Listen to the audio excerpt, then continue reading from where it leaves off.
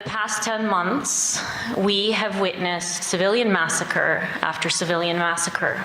We have treated so many children who have lost their entire family, probably heard it, wounded child, no surviving family, WCNSF. This is a term that has been coined since October to describe this very frequent phenomenon that I personally witnessed more times than I can count while I was there. For the children who I treated who were discharged, they were and survived, they face a Russian roulette of 100 ways that they will likely and potentially die when they leave the hospital.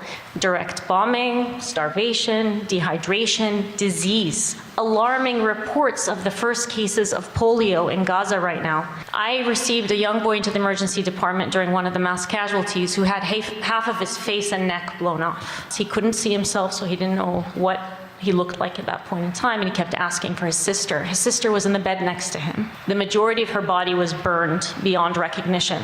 He didn't recognize that the girl in the bed next to him was his sister. His entire family, parents and the rest of his siblings, were killed in the same attack.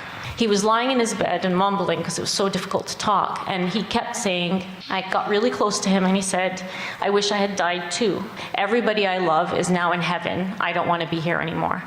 As the US continues to fund this military campaign, we have no choice but to exert as much pressure as possible and use all the leverage we can to change direction, the direction that this country is taking.